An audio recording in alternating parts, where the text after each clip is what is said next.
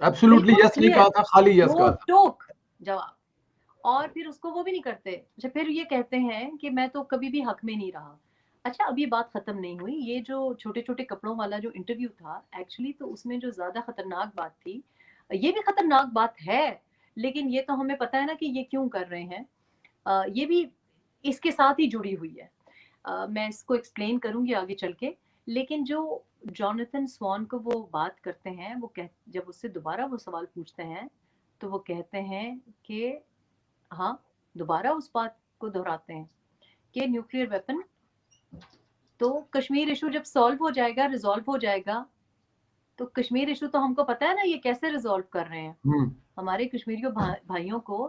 تو جو ان سے امیدیں ہیں, مجھے افسوس بھی ہوتا ہے لیکن ہمیں یہ باتیں پتہ تھی, ہمیں 2016 سے یہ باتیں پتہ تھی. اور میں نے تو آپ کو بتایا, میں نے اس کے اوپر پروگرامز بھی کیے کہ یہ تو کشمیر کو تو کیک سمجھتے ہیں. اور راجہ فاروق حیدر پچھلے سال سے اس بارے میں بات کر رہے ہیں.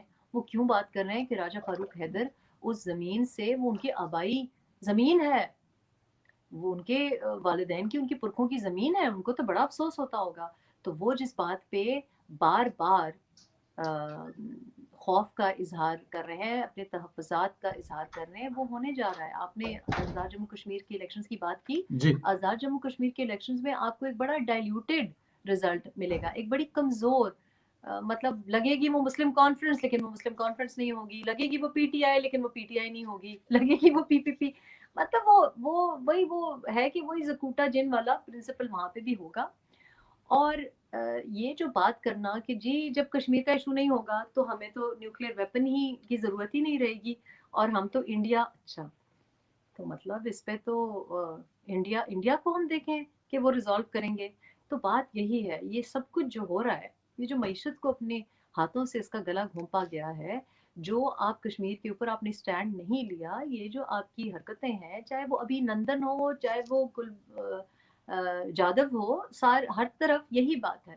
تو اب تو ہمیں وہی بات لگ رہی ہے کہ ریحام خان کہے تو آپ کہیں کہ جی آپ کو تو کوئی بغض ہے, کوئی کینہ ہے, لیکن وہ خود کہہ رہا ہے نا, وہ 2 انٹرویوز میں بیٹھ کے کہہ رہا ہے, ضرورت کیا ہے کہنے کی.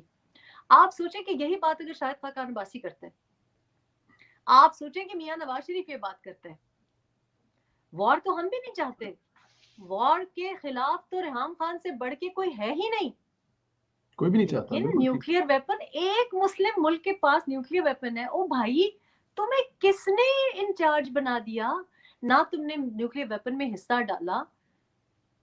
ذوالفقار علی بھٹو کے زمانے کی یہ بات ہے, وہ پھانسی لٹکایا گیا اس وجہ سے. میاں نواز شریف نے دھماکے کیے سینکشنز کے باوجود. ارے بھائی ہم کہتے ہیں آپ کریڈٹ لے لیں, ہم کہتے ہیں آپ کریڈٹ لے لیں, لیکن آپ کو کس نے یہ کھلی چھٹی کس نے دے دی؟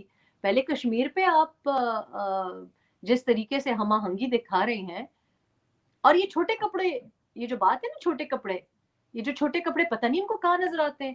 ہم نے تو پاکستان میں, سندھیلا صاحب آپ جاتے ہیں, ہم نے تو ڈپلومیٹک جو انکلیو ہے یا جو ہماری جو ڈپلومیٹک مشنز میں عام خواتین جو آتی ہیں, جو انگریز ہیں, جو یورپ سے آتی ہے, یو ایس میں آتی ہے, ہم نے تو ان کو بھی کبھی چھوٹے چھوٹے کپڑوں میں نہیں دیکھا. ہم نے تو کبھی کسی اقلیتی خاتون کو بھی چھوٹے چھوٹے کپڑوں میں نہیں دیکھا. پتہ نہیں کہاں سے ان کو چھوٹے چھوٹے کپڑے پاکستان میں نظر آتے ہیں. کیا پاکستان میں مسئلہ پردے کا ہے؟ کیا پاکستان میں مسئلہ چھوٹے چھوٹے کپڑوں کا ہے؟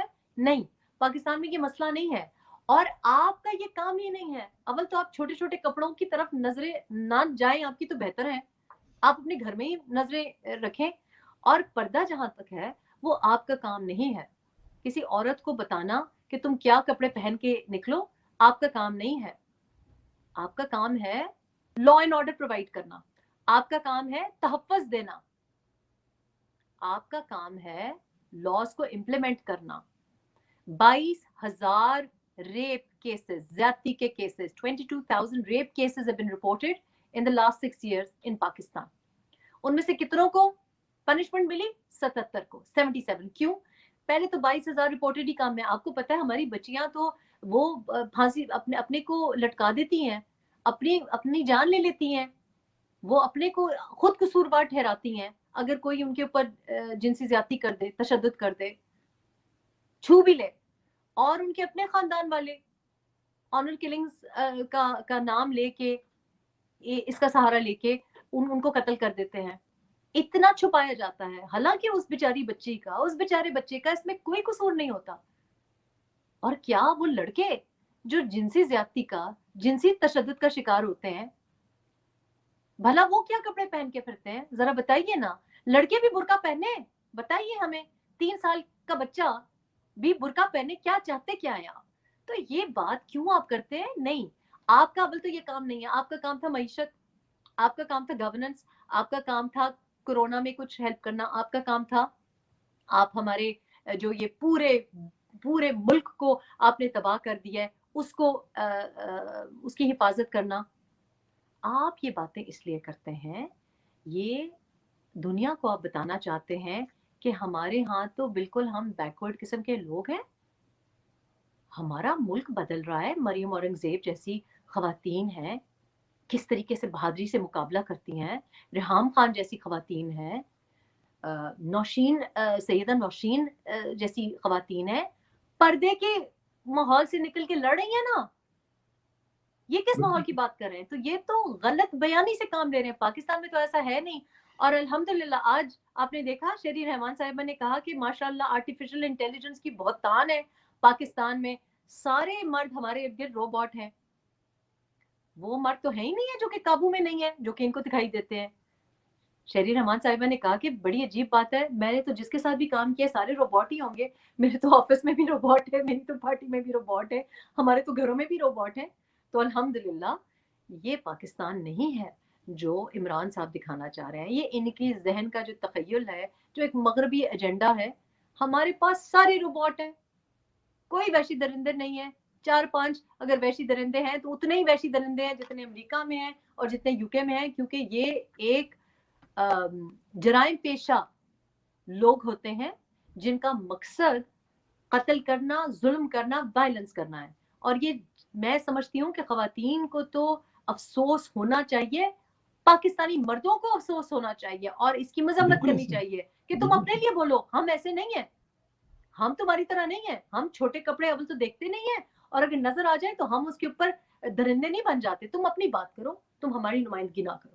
تو کیا ضرورت ہے کہ آپ پاکستان کی بدنامی کر رہے ہیں, مسلمان معاشرے کی بدنامی کر رہے ہیں, پاکستانی معاشرے کی بدنامی کر رہے ہیں. یہ پتہ نہیں کس خلائی مخلوقی کے ساتھ رہتے ہیں. ہم نے تو ایسے لوگ نہیں دیکھے. بالکل ایسے لوگ نہیں دیکھے, اس میں کوئی شک نہیں ہے. یہ ڈیفینیٹ پتہ نہیں ان کے دماغ سے پرانا اپنا زمانہ نکل نہیں رہا, یا ان کی نظر ہر وقت دوسروں کے پیسے پر اور دوسروں پر رہتی ہے. اللہ سمجھائے ان کو. اچھا, یہ امریکہ کو اڈے دینے کا فیصلہ صرف عمران خان صاحب کی ذات کرے گی؟ آپ چھوڑیں جی, آپ, ہم تو امریکہ کو اڈے دینے کی باتیں کر رہے تھے, انہوں نے تو پورا ملک اٹھا کے IMF کو دے دی ہے. بات ہی گل ہی مک گئی. وہ تو کہہ رہے ہیں کہ جی ملتان, لاہور, اسلام آباد ایئرپورٹ سب گروی رکھوا دیا ہے. اور یہ ہم نے آپ کو بولا تھا نا, پھر جی. کہتے ہیں کہ بولتی ہے. تو 1 سال سے بول رہی ہوں نا, جو پچھلے سال جب سکوک بانڈ F9 پاک سے بسم اللہ کی تھی, تو میں نے کیا کہا تھا, میں نے کہا ڈرے اس دن سے, یہ تو پورا ملک گروی رکھوا دیں گے. میں بات اشارتاً نہیں کرتی, میں بات تمسخر کی نیت سے نہیں کرتی, میں بات کینے کی نظر سے نہیں کرتی. مجھے معلوم ہے کہ یہ کیا کر رہے ہیں, یہ نااہل نہیں ہے. ہاں ان کی اہلیت مغربی ایجنڈے کے لیے ہے, ہاں ان کی اہلیت معیشت کو تباہ کرنے کے لیے ہے, ہاں ان کی اہلیت روپے کی قدر گرانے کے لیے ہے. پورا ملک گروی رکھا کے کتنا 1800 ارب روپے کا قرضہ رکھا ہے. اب کدھر گئے وہ عمران خان مسنگ پرسنز کی لسٹ میں اس کا نام لکھوائیں, جو کہتا تھا کہ اوپر بندہ صحیح ہو تو نیچے سب کچھ ٹھیک ہوتا ہے. کدھر گیا وہ بندہ؟ اب کیوں ہو رہی ہے نیچے کرپشن, اب کیوں ہے نیچے مافیا, اب کیوں ملک تباہ ہے, اب کون ہے جو قرضہ لے رہا ہے؟ پھر زکوٹا جن نہیں ہوگا. تو اڈوں کے فیصلہ یہ کریں گے. دیکھیں یو ٹرن لیڈر ہے یہ, جو ایبسلوٹلی ناٹ ہے نا, یہ ہم نے ایبسلوٹلی ناٹ, میرے گنہگار آنکھوں نے اور گنہگار کانوں نے اپنے بہت دفعہ سنے ہیں کہ ایبسلوٹلی ناٹ یہ نہیں کرنے جا رہا میں, اور پھر ہم نے دیکھا ہے کہ وہ ایبسلوٹلی ناٹ وہ کر دیتے ہیں. تو ہم نے تو ذاتی طور پہ یہ سنا ہے, آپ, اور خود وہ بندہ کہہ رہا ہے کہ میں مسٹر یو ٹرن ہوں. سب سے مہان لیڈر وہ ہوتا ہے جو یو ٹرن ہو. تو یہ تو یو ٹرنسٹان ہے.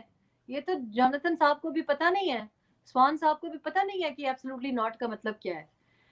بات یہ ہے پرویز سندیلا صاحب کہ جس دن اڈے دے دیے نا,